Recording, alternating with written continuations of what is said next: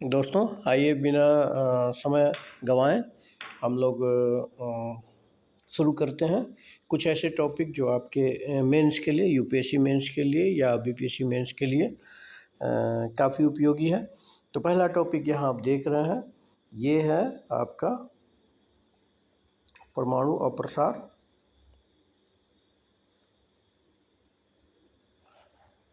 अप्रसार संधि एनपीटी के बारे में आप पढ़ते ही रहते हैं। और अभी रशिया यूक्रेन जो है ना वार चल रहा है, या जो समस्या है पूरे वर्ल्ड में, तो नॉन प्रोलिफरेशन जो ट्रीटी है ये एक अंतर्राष्ट्रीय संधि है और इसकी उपयोगिता है कि कहीं जो है ना भविष्य में जो है ना परमाणु वार न हो जाए।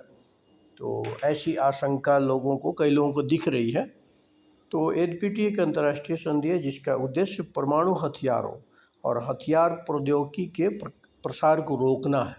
दो उद्देश्य हैं, परमाणु हथियार को तो रोकना, यानी कोई परमाणु हथियार न बनाए, एटॉमिक वेपन ना बनाए, और साथ साथ जो टेक्नोलॉजी ट्रांसफ़र की बात है वो भी किसी दूसरे को ना दे और डेवलप भी ना करे। परमाणु ऊर्जा के शांतिपूर्ण उपयोग को बढ़ावा दे। ठीक है, परमाणु ऊर्जा के शांतिपूर्ण उपयोग को बढ़ावा दे, ये इसका मुख्य उद्देश्य है।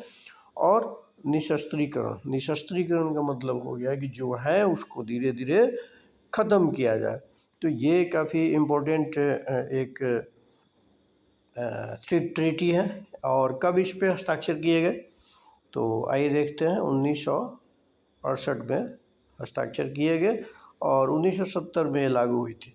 ठीक है, बहुत ही इम्पोर्टेंट फैक्ट है। 1968 से ये है। और उस वक्त आपको पता ही होगा कि रशिया और यानी उस वक्त यूएसएसआर था, यूएसएसआर और अमेरिका के बीच जो है ना कोल्ड वार चल रहा था। तो उसी कोल्ड वार के समय में ही 1968 में ये संधि लागू की गई। हस्ताक्षर 1968 में किया गया और लागू हुआ 1970 में।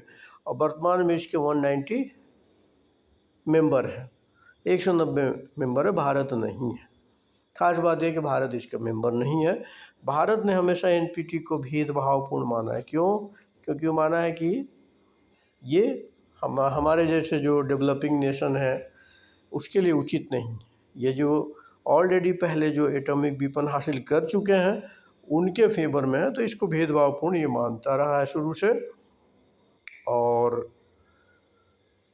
आप देखिए, अभी जैसे दक्षिणी पूर्वी यूक्रेन में जापोरिजिया परमाणु ऊर्जा संयंत्र पर नियंत्रण स्थापित कर लिया है। कौन? रशिया ने नियंत्रण स्थापित कर लिया है। ठीक है, रशिया ने नियंत्रण स्थापित कर लिया। तो इससे आशंका ये जो है ना बलवती हो गई है, बढ़ गई है कि हो सकता है कि फ्यूचर में जो है ना आपका एटॉमिक वार हो जाए। तो इसलिए एनपीटी का महत्व बढ़ गया है। और रशिया का रवैया आप देख ही रहे हैं। भारत एनपीटी का सदस्य नहीं है, तो पहले ही हम लोग डिस्कस कर चुके, तो थोड़ी सी चर्चा हमने की है। थोड़ी सी चर्चा इसलिए की है कि आप डिटेल जब भी एनपीटी से रिलेटेड कोई आर्टिकल आता है, किसी मैगजीन में आता है, ठीक है, न्यूज़पेपर में आता है, या आपके नोट्स हैं, उससे अच्छे से तैयार कर लें। और चूँकि अभी हाल ही में चर्चा है तो एनपीटी अच्छे से तैयार कर लो। ठीक है, इसके अलावा आप जो है सीटीबीटी को भी, सीटीबीटी, ठीक है, कंप्रिहेंसिव टेस्टमेंट ट्रीटी 1996, इसको भी पढ़ लेना है।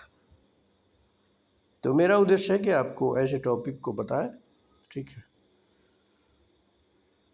फिर दूसरा जो अभी चर्चा में रहा है विकिपीडिया।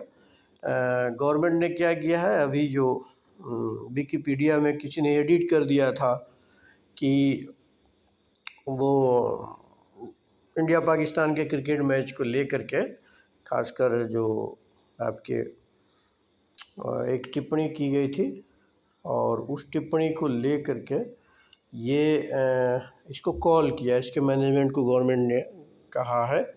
तो विकिपीडिया एक फ्री इंटरनेट आधारित विश्वकोश है। ठीक है, विकिपीडिया विश्वकोश है जिसे 2001 में शुरू किया गया था, और यह एक ओपन सोर्स प्रबंधन शैली के तहत काम करता है। मतलब आप भी इसमें आर्टिकल लिख सकते हैं, एडिट कर सकते हैं। ठीक है, तो ये है।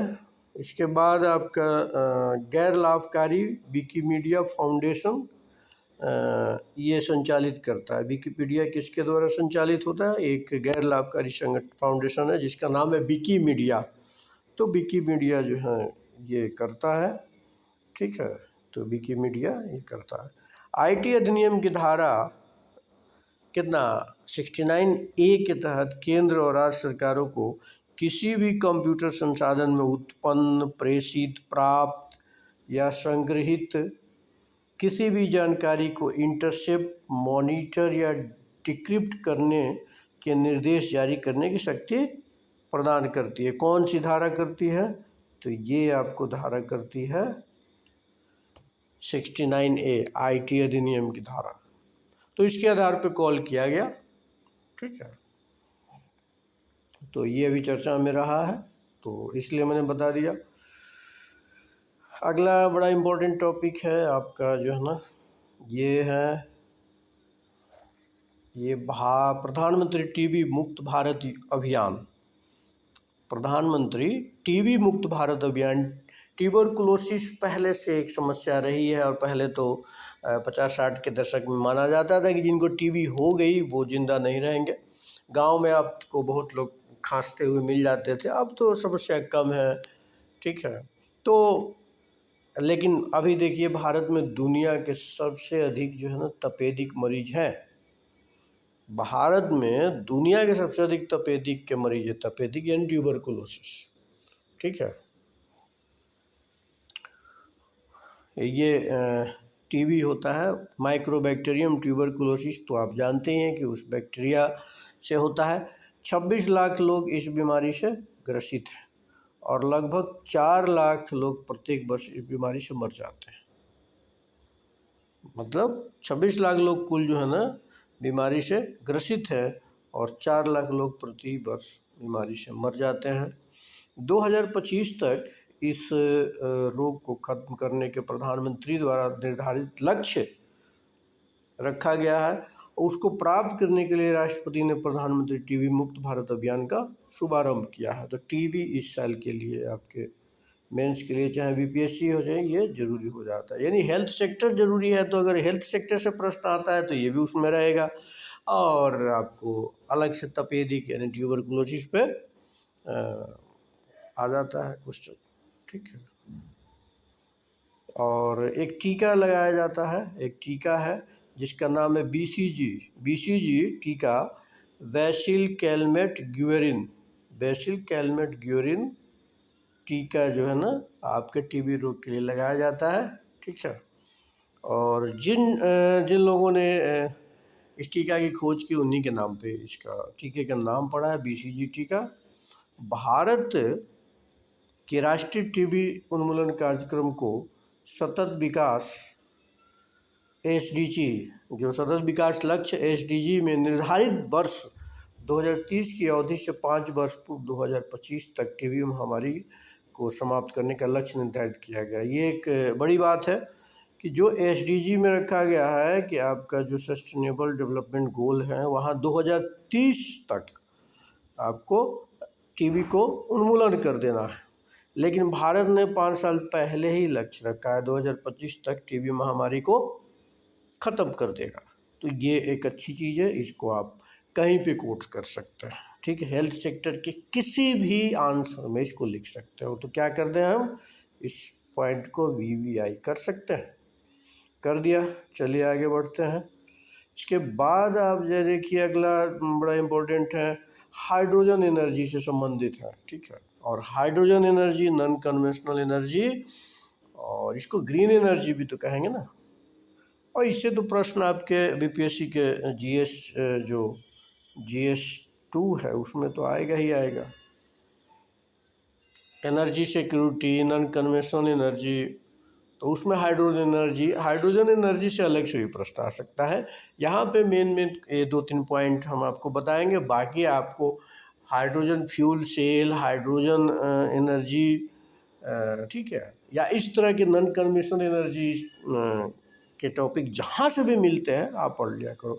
जर्मनी ने दुनिया की पहली पूरी तरह से हाइड्रोजन से चलने वाली ट्रेनों का बेड़ा लॉन्च किया है, बड़ी बात है। हाइड्रोजन से चलने वाली ट्रेन को लॉन्च कर दिया। बड़ा ये है, भारत अभी बहुत पीछे है, इसको भी करना चाहिए आगे। ये उत्सर्जन मुक्त ट्रेनें हैं जो 140 किलोमीटर प्रति घंटे की गति से दौड़ सकती है, यानी किसी तरह का एमिशन नहीं होता है, यानी एमिशन नहीं होगा प्रदूषण नहीं होगा, प्रदूषण नहीं होगा तो लोग स्वस्थ रहेंगे। इसलिए ना हाइड्रोजन को ग्रीन एनर्जी कहा गया है, इको फ्रेंडली एनर्जी कहा गया है।